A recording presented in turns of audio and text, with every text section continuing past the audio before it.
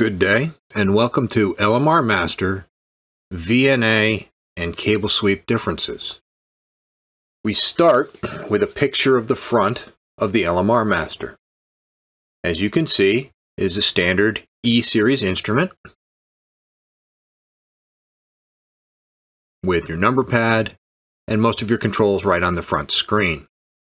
Today, we'll be dealing with the VNA portion or cable sweep portion. And moving to the top of the unit, we'll be dealing with VNA ports 1 and VNA port 2. Of special note, these ports are only designed to handle positive 23 dBm of power back into them. They are not designed for any high power at all. So keep that in mind. Now, let's switch to the front screen and look at the LMR Master itself. This is using the remote control, and we are on the menu screen, and we're going to start with VNA. Now in the VNA mode, or should I say the cable sweep mode at this point, the LMR Master defaults to the field mode. Field mode has certain measurements versus VNA mode, which has different measurements. We're going to start with field mode. Now in field mode, you will find frequency distance, scale, sweep, measure, and marker. Frequency distance is always the same and very similar to the SiteMaster series. Scale is the scale of the display. Sweep is sweep controls, and then measure, what do you want to measure? And it always starts off in the measure submenu. So we're going to start first with measurement type. By clicking on measurement type, we determine which measurement we want to take. The options are VSWR, return loss, cable loss. Now those first three are one port measurements. They go in and out of port 1 only. Insertion loss is a 2-port measurement where it originates in port 1 and terminates in port 2. So it goes through something, some device, something, where it goes out of 1 into 2 through that device under test. 1-port phase is a 1-port measurement. 2-port phase is a 2-port measurement, once again going from port 1 to port 2. 1-port Smith, 1-port measurement. DTF, return loss, which means distance to fault in decibels, and DTF Visuar, distance to fault in the regular scale of VSWR. Now, choose which one you want. We'll start with return loss, and we'll press enter. And then we'll go back and we'll set our return loss, starting with frequency distance. Because this is a frequency-only measurement, all we have is frequency. Now, for today's example, I'm going to use 1500 to 1900 because I have a filter that I'm going to show eventually.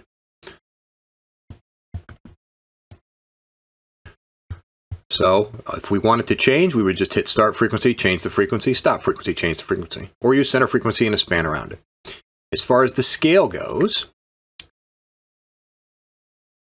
0 on top, -50 on the bottom, that's a perfect scale for return loss type measurements. If it were a different type of measurement, the scale would be different and we'd set it up differently. If it were a Visuar measurement, for example, 1 would be on the bottom, and then we would set up our scale above that. I normally use 1 to 10 or 1 to 5, but that's up to you. Sweep controls. These are going to be very similar to your basic SiteMaster. Run and hold, obviously run. Singular continuous, well, we want continuous. And here's where it gets a little different. Data points. In your typical SiteMaster, you have 5 or 6 choices of different numbers of data points. In the LMR Master, because it uses a true VNA Vector Network Analyzer board, we can set the data points anywhere from 2 data points to 4001. That being said, more is not always better. It all depends on how much granularity you actually need, keeping in mind that every data point represents a certain amount of time for capture. So with 201 data points, it's very, very quick. It's less than a second a sweep. Whereas with 4001 data points, it could be several seconds per sweep. averaging and smoothing. I will click on it. Most people in the field do not do any smoothing or averaging to their traces. You can if you choose, but most people in the field just want to have it, one sweep after another, the raw data that they want to see. Propagation velocity. Not so important when you're talking about a return loss measurement. It becomes important, and we'll go over that in a few minutes, when you're talking about a distance measurement. And then on to output power. There are 3 levels of power: low, default, and high. And these are approximate powers. These are not dead-on powers. These are approximate powers, and everything is relative because you're going to calibrate. Default is about a -5, high is about a 0, and low is about a -25. Most people will use it in default for most everything they do. You can use it in high. Low is normally used when you're sweeping something that may have a gain to it, like a tower-mounted amplifier, where you want to input a low signal. It's not ready for a -5 or a 0 dBm signal because of the amount of gain that it's going to give. And the next one here is called RF immunity, and let's talk about that a little bit. RF immunity, high and low. It defaults to low. In the high mode, what it does is it dithers the output signal. Basically, it digitizes it and makes it so that the machine can recognize when it's its own signal coming back versus other signals coming from outside sources. This is good when you're sweeping antenna systems and you don't want outside sources interfering with your sweep. By going to high RF immunity, it does slow the trace down a little bit, but what it does is it allows for other signals coming into the antenna system, as long as they're below 0 dBm, to be ignored, basically. And last but not least here is RF power in hold, on or off. If you're not going to be switching from run to hold, it doesn't matter where you set this. The idea behind this button was for those people who are going to have a long time in between sweeps, and they don't want to shut the machine off and have to recalibrate it, they would go into hold and then have this shut the RF power off, so that all of a sudden you're not outputting anything while you're waiting to set up for your next trace, your next sweep. It's a way to save battery power. And back to measure again with our return loss. Now, in all of the E series and T series, we have the shift functions. Shift 9 for mode, Shift 8 for system. And the one that's very unique to this is Shift number 2, Shift Cal. And this is where we will find the calibration menu to calibrate for what we're doing. So I'm going to hit Shift, and you see the shift appears to the right of the battery gauge, and then number 2 for calibrate. And this brings up the calibration menu. Before we start the cal, we have to determine our cal type. There are 4 cals listed: 1 port, 2 port, 1 port response, and 2 port response. 1 and 2 port response are quick cals. For 99.9% of what you're doing, either do the 1 port cal if you're doing regular 1 port measurements, or the 2 port cal for 2 port measurements. So I'm going to enter 1 port. Now there are a couple other buttons here. Let's talk about interpolation, on and off. If you turn interpolation on, what that allows for is during the cal, when you're done, if you're going to move markers around, they will go to whatever frequency you want them. Whereas if interpolation is not turned on, when you activate markers, they will jump between data points. And the data points may not be exactly where you want them. So, something to think about. If there is some cal info on already stored, you can check it. And cal correction on. When the completion of the calibration is done, the cal correction will turn on. And by nature of the VNA board, it will try to not let you invalidate the cal by changing frequencies or other things until you turn the cal correction back off. So let's go ahead and do a standard cal. 1 port, and let's start it. In the SiteMaster series and other series, it does it 1 step at a time. Here, it lists all the steps. And there's an advantage to this. But we're just going to go ahead and start normally, and then I'll explain the advantage. So we're going to start, and it's very simply, it talks about open short load, just like normal. So I'm going to take my cal components here, and I'm going to hook up the open. Once I've hooked up the open, I will go ahead and press the enter key to have it measure the open. So it's measuring the open. Notice it stepped the line down to short port 2. Excuse me, short port 1. And then I would move my cal component over to short before I hit enter. And here's the advantage that you don't have with a regular site master. Had I made an error on my first one, on the open, I could actually use the arrow keys to arrow back up and do it again. So I wouldn't have to, escape out of the entire cal. But I've gone to the short, so I'll arrow back to short and press enter. And then last but not least, I will hook up my load and press enter.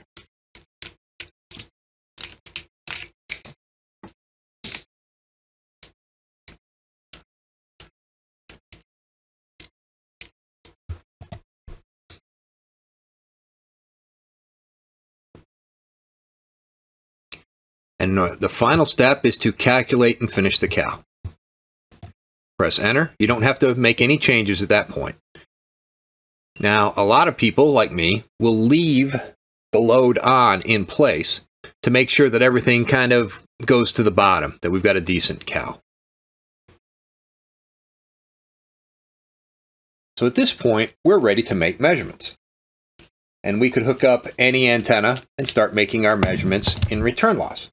Now, because we've calibrated for the specific frequencies, we can do any of the one-port measurements that are listed as long as we don't change frequencies. And I went ahead and put just a random antenna on here. And as you can see, this antenna is really good in the 1800 band and really horrible at 1500. And it's just a small little antenna, so no great things there. I'm going to remove, well, I'm not going to remove the antenna just yet. I'm going to leave it on. And what we're going to do is we're going to look at some of the other measurements. So at this point, we could change to any of these other ones. So if we wanted to do VisWAR, we could go to VisWAR, as long as we don't change frequencies. Now keep in mind, we did not do a 2-port cal, so going to insertion loss or 2-port phase is not recommended. But let's arrow down and let's go to distance to fault return loss, which will be a distance to fault measurement using dB. So in DTF return loss, we need to go back through and check our settings, because DTF is set up a little bit differently. We'll go back to frequency distance and notice now it's a distance measurement. So start and stop distance. Distance info, start and stop frequency are units, meters or feet. And then under the more button here, I'm going to go ahead and click that. Cable loss and prop velocity, or you can use the cable list. Now, if you click on the cable list, you will get this large list of cables. And it is rather extensive. One of the options that you have is, let's say that these LDFs right here, which are from one manufacturer, let's say that those are the ones that I use on a regular basis. I can start with, say, LDF 4-50, and I can select that or star it as a favorite. And then I can go down one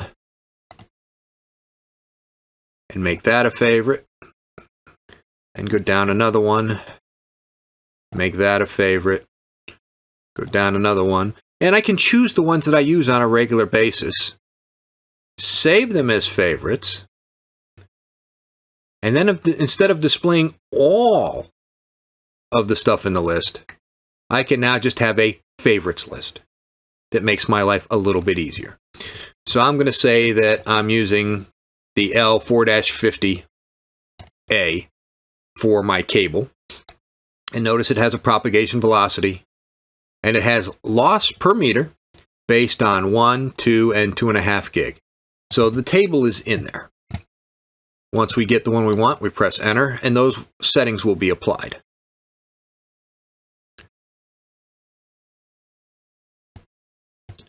And of course, our windowing for distance to fault can be nominal side lobe, which is what most people use. You can use low side, minimum side, or rectangular. That's your choice. Okay. But let's go back to this one here that we skipped over called distance info. Because start and stop distance and start and stop frequency are pretty self-explanatory, but distance info is a little different. After you've got everything set up, based on number of data points, based on frequency and everything else, this will tell you how well or what you can see. If you look very closely, it'll tell you what the resolution of distance is.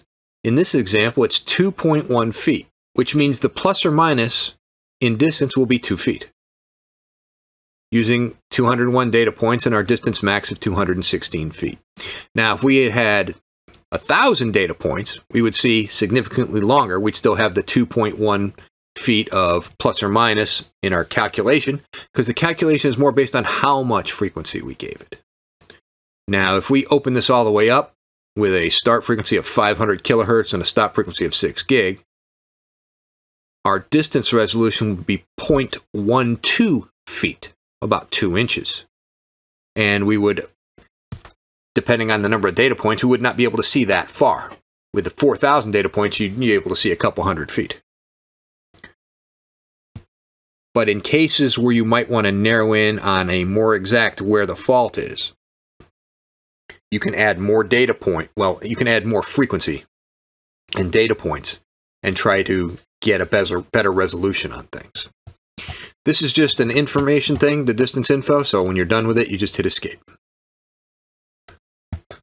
Alrighty. Let's continue moving on. Now for VisWAR,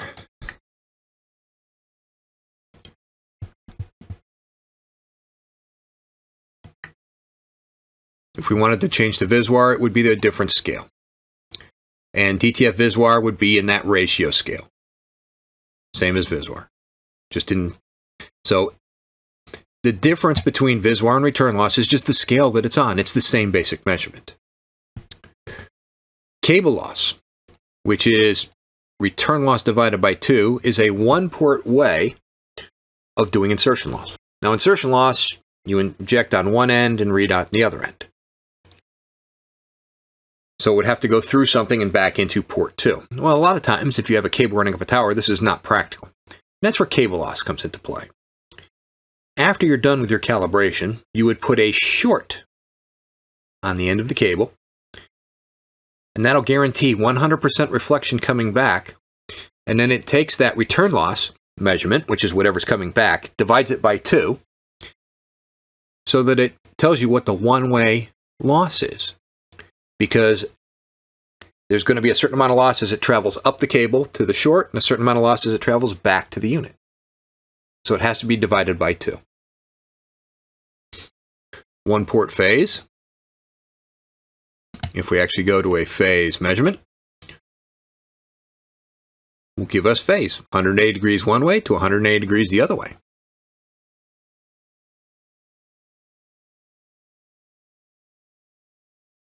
And of course, one port Smith chart, for those people who are familiar with Smith charts, you can look at the Smith chart and how everything reacts on it. Capacitive reactance, inductive reactance. Most people in the field are not doing Smith charts unless they're designing and building antennas. But it's there for you to use if you need it. So keep that in mind. I'm going to return this to return loss for now. And we're going to talk about doing a 2-port cal and a 2-port measurement. So actually, what I'll do is we'll go back. We will go to insertion loss, which we know is a 2-port measurement. Press enter. Notice the cal went away under insertion loss. Now, since I want to keep the same frequencies, I'm going to go ahead and calibrate it using these frequencies. So I'm going to go to Shift Cal, and I'm going to turn the current cal off. And then I'm going to change my cal type to 2-port. And I'm going to go ahead and start my new cal. Notice, the only thing that really happens is it adds 2 steps, one that we do and one that we don't do that's optional. The one that we do is through forward, which means you're going after the open, the short, and the load, you're hooking it to the other port so that you can see through, all the way through, and everything normalizes that way.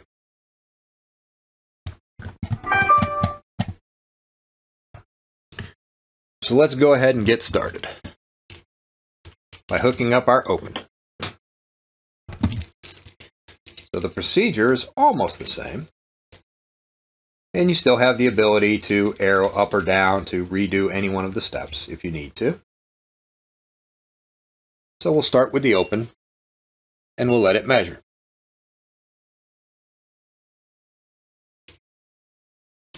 And then we will move to the short. And once again,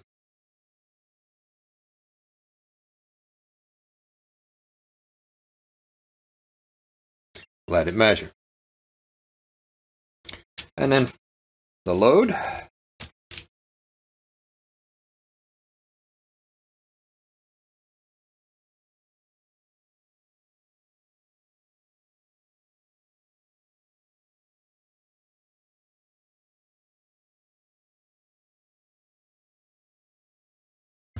And now the through measurement.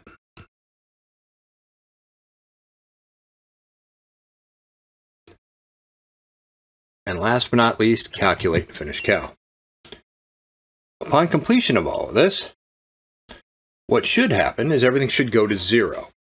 Now, because this is a 2-port measurement, I'm going to change my scale slightly, and I'm going to make my top a +10. And I'm going to make my bottom, to make everything nice and even, a -40. And that'll make my lines nice and even by 5. And you can see it's sitting right at 0. Now, I'm going to go ahead and put a device in line here to test it. Now, the first device I'm going to test is just basically an attenuator. An attenuator should be reasonably flat across the band that we're using. I just have to disconnect and hook it up.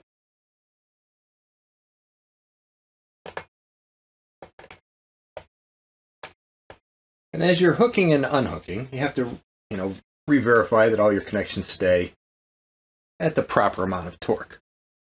So, this is a 30 dB attenuator.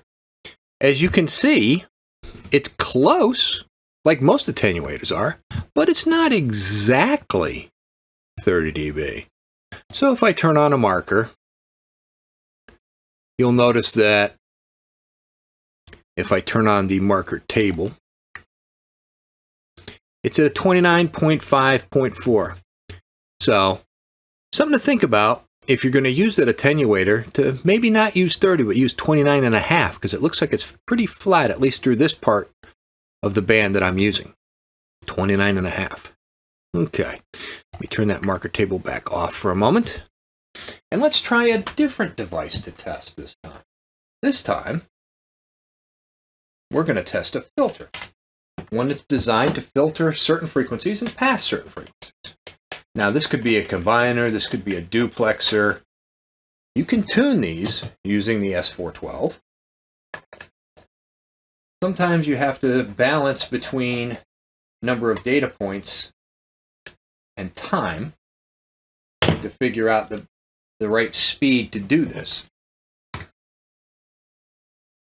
So here is our device under test, and it is an uplink filter for the AWS band. And as you can see, based on where this marker is, it starts right in the 1710 range and goes almost flat, and then it rejects. So if we were looking for things in the uplink band and wanted to reject everything else, especially the downlink bands of other things, then we would use a filter like this. And that's the insertion loss measurement. Now, 2-port phase would just be phase going through it. So we don't need to really get into 2-port phase. But I could add more markers so that I could define exactly where things are. And keep in mind, I can only control one marker at a time. But I could fine-tune this marker to exactly where it starts to drop off. Let's call it the Let me turn the table on, and we'll call it the 3 dB point is what I'm looking for, where it drops by 3. Let me go a little more. All right, right in there on the one side. It's pretty jumpy. So let's go back to marker 1, and we'll tune it a little bit. To that 3 dB point.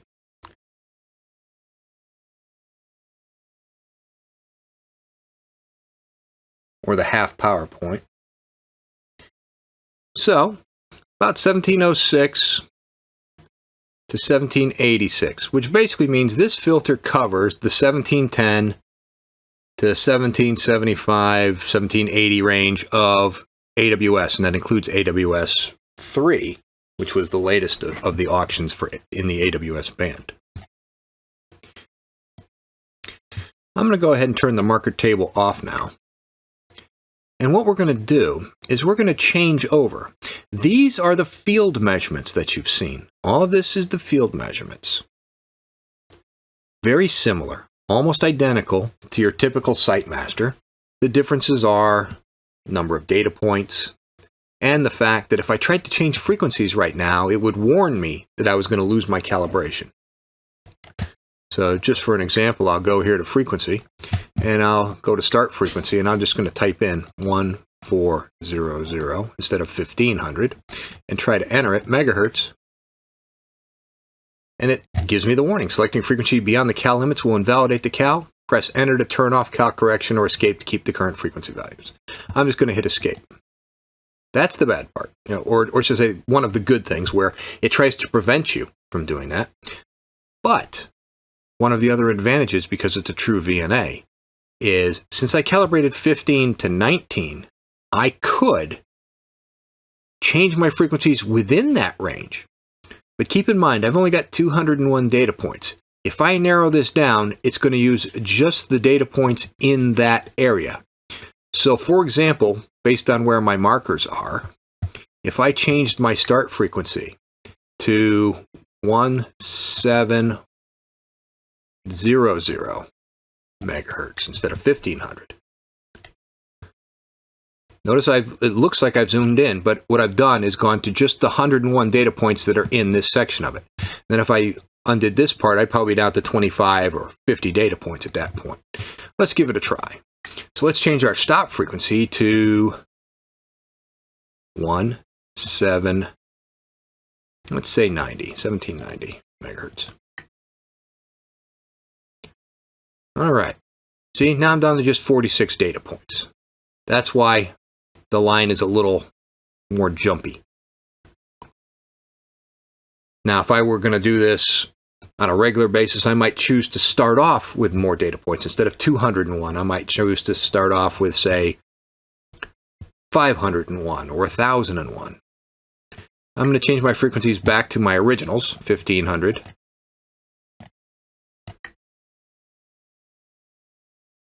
And 1900.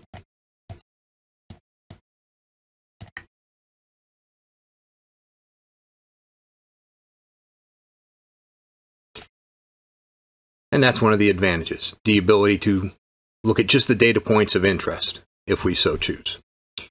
Now, here's where the big difference is. For those who are familiar with VNAs, VNAs use what they call S parameters. S11, S12, S21, S22. Now, this is not a full reversing 2-port. It is a 2-port, 1-path VNA. So I could go into the System menu, just like I do for many other things. But instead of going into System Options or anything, I go into Application Options. Since I am in Application Options and I am in the cable sweep mode or the VNA mode, I can change my measurement menu between field and VNA. So I'm going to change it to VNA. Now it's going to blow out my cal. I know that because we're changing modes. So I'm going to have to recalibrate. But notice, once I did that, everything changed. I went, instead of insertion loss, to what's called S21 log mag, which is basically the levels, the log of the magnitude for S21, which means reading at S2, port 2, originating in port 1. So now all of my things do change quite a bit here. So let's start off with frequency. Now frequency, the same, other than it says domain setup frequency. And notice we could change to a distance domain instead of a frequency domain. So if we wanted to do distance measurements, we would have to go to the distance domain. Our scale, once again, is different. In this, it has more to do with what the resolution per division is. So it's 5 dB per line. The reference value is 10, and the reference line is 10. And that's the way it's currently set up. When we go to sweep, that is almost the same, except we don't call it RF immunity anymore. We call it dithering, which is what it actually does, dithering on, dithering off.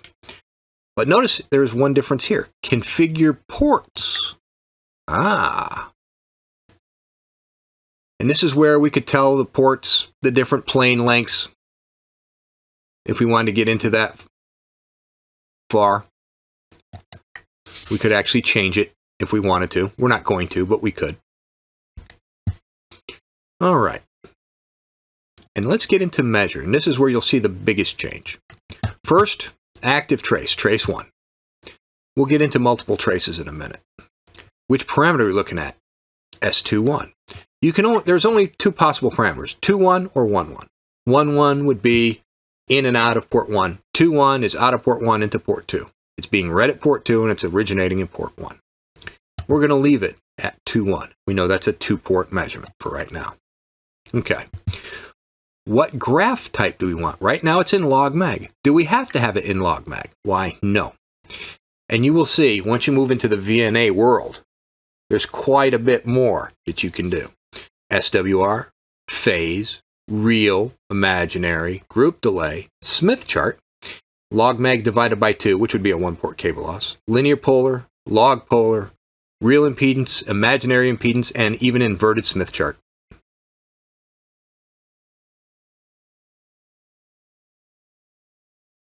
If you don't know these, don't worry. I'm just trying to enlighten everybody as to where everything is in here.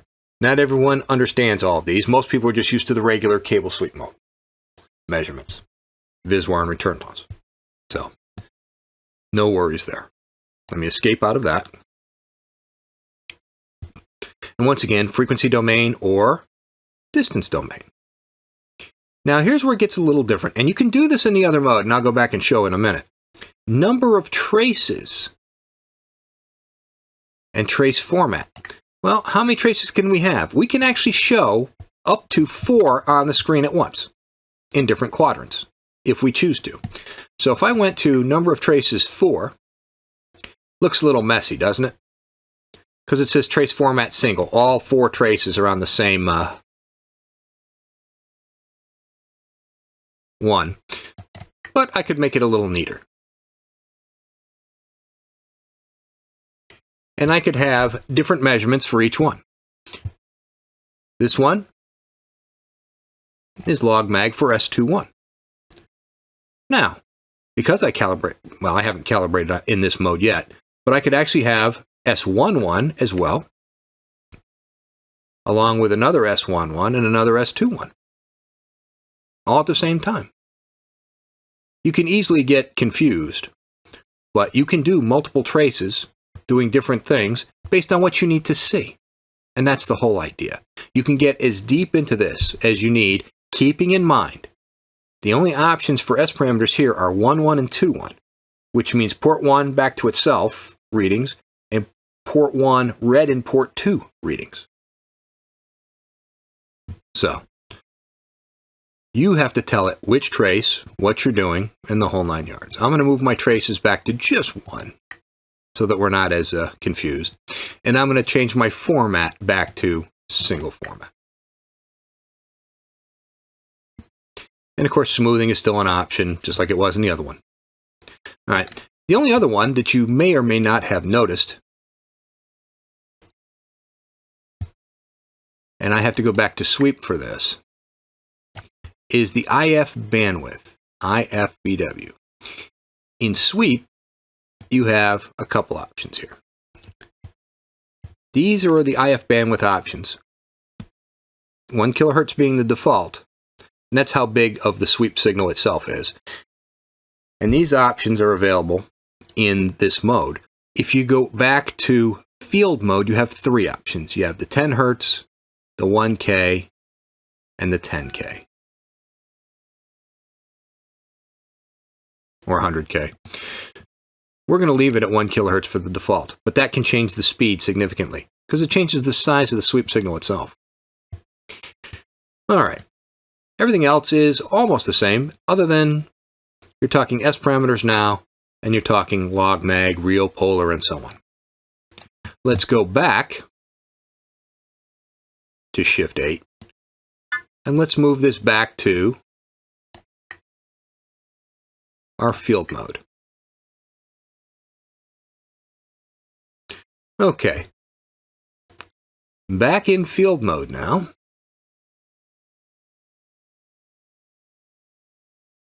Let's go back to measure. And notice that the IF bandwidth is under measure now, not under sweep. Under measure. 10 kilohertz, 1 kilohertz, 10 hertz. Just those 3. It's not under sweep anymore, where it was in the other mode. Here you have prop velocity. Well, those are the basic differences between the field mode and the full-on VNA S parameter mode. There are advantages to having a true VNA board, though most people may not use the S parameters in this machine. Know that they're there, and know that they give you, even though you may not be using them, the opportunity to zoom in on data points and have a lot more data points. I hope this helps and answers any of your questions. If you have any further questions, feel free to contact 1-800-ANRITSU or go to www.anritsu.com. Go to our website, type in your model number, and search for it, and then go to its page and see all of the documentation. Before I leave you, I'm going to go to Anritsu.com,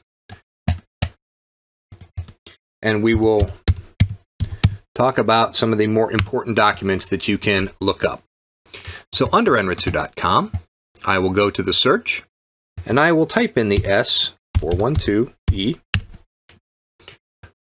and I will go to the 412 page under Anritsu, and immediately to the Library tab. Now you'll notice there's quite a bit here: brochures, data sheets, application notes, leaflets, white papers.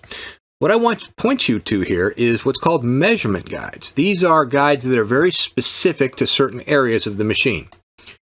One on spectrum analyzer itself, one just on power meter, one just on the 3GPP measurements, one just on WiMAX, one on land mobile radio and electromagnetic fields, but the one we want for today is VNA, Vector Network Analyzer Handheld.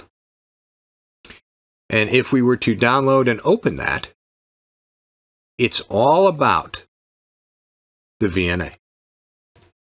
VNA displays, field view, VNA view, and everything else that goes with it. It gets very in-depth, so if you have questions, there's a lot here as well. Thank you for your attention, and have a great, great rest of your day.